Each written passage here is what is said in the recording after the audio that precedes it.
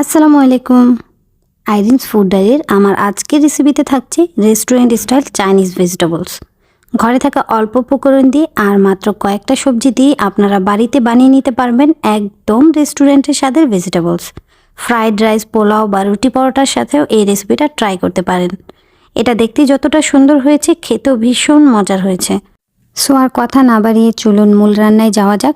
তো প্রথমে আমি এখানে নিয়েছি হাড় ছাড়া মুরগির বুকের মাংস, আর তাতে দিয়ে দেব স্বাদ মতো লবণ, সাদা গোলমরিচের গুঁড়া, হাফ চা চামচ আদা ও রসুনের পেস্ট। এরপর দিয়ে দেব 3 কাপ পানি।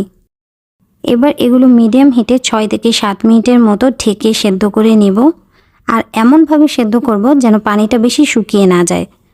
আমার চিকেনটা পারফেক্টলি কুক হয়ে গেছে। এখন এই চিকেনগুলো পানি থেকে তুলে নিয়ে হাত দিয়ে ছিঁড়ে বা ছুরি দিয়ে ছোট টুকরো করে কেটে নিতে হবে। আর অবশিষ্ট পানিটা হচ্ছে চিকেন স্টক, যা আমরা পরে ব্যবহার করব। আমি এখানে নিয়েছি পাতলা স্লাইস করে কাটা গাজর, পেঁপে, পেঁয়াজটাকে 4 টুকরো করে পাপড়িগুলো আলাদা করে নিয়েছি কিউব করে কাটা বাঁধাকপি, আর নিয়েছি গ্রিন ক্যাপসিকাম। আপনারা চাইলে অন্য আরও সবজিও অ্যাড করতে পারেন। আর 2 রঙের কাঁচামরিচ নিয়েছি। আর রান্নার জন্য এখানে নিয়েছি 2 টেবিল চামচ রান্নার রেগুলার তেলের পরিবর্তে এখানে আপনারা চাইলে বাটারও ব্যবহার করতে পারেন। তারপর এতে দিয়ে দেব মিহি করে কুচি করা রসুন। চুলার আঁচটা মিডিয়াম টু লোতে রেখে হালকা একটু কালার চলে আসা পর্যন্ত ভেজে নেব, বেশি লাল করার দরকার নেই। তারপর এখানে দিয়ে দেব গাজর আর পেঁপে। যেই সবজিগুলো সেদ্ধ হতে একটু বেশি সময় লাগে সেগুলো আগে দিয়ে দিতে হবে। তারপর এই সবজিগুলো হালকা ভেজে নেওয়ার পর দিয়ে দেব চিকেনটা। যেহেতু চিকেনটা আমি আগে থেকে সেদ্ধ করেছিলাম, তো এই জন্য চিকেনটা এই পর্যায়ে অ্যাড করছি।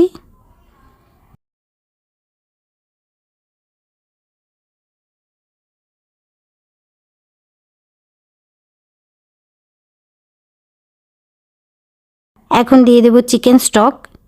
এখানে আর কোনো এক্সট্রা পানি ব্যবহার করার দরকার নেই। এই চিকেন স্টকটা দিয়েই সবজিগুলো সেদ্ধ হয়ে যাবে। এখন একটা ঢাকনা দিয়ে ঢেকে 5 মিনিট কুক করে নেব,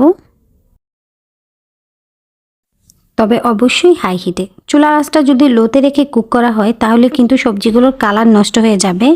5 মিনিট পর গাজর আর পেঁপেগুলো অনেকটাই সেদ্ধ হয়ে গেছে। এবার এখানে দিয়ে দেব বাঁধাকপি, গ্রিন ক্যাপসিকাম, পেঁয়াজ আর কাঁচামরিচ।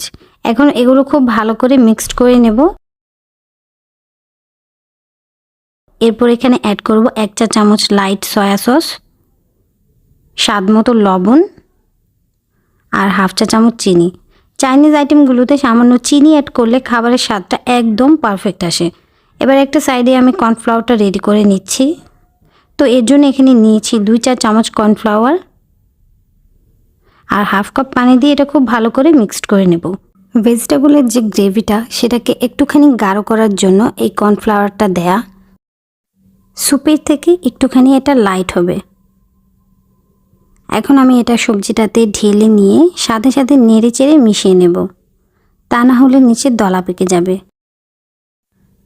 এরই মধ্যে আমার সবগুলো ভেজিটেবলস ভালোভাবে কুক হয়ে গেছে। আমার গ্রেভিটাও বেশ খানিকটা ঠিক হয়ে গেছে। এখন চুলাটা অফ করে দিতে হবে, তবে তার আগে অবশ্যই সব কিছু চেক করে নিতে হবে যে সব কিছু ঠিক আছে কিনা। মানে যদি লবণ বা গোলমরিচের গুঁড়া লাগে তাহলে একটু দিয়ে নিতে হবে।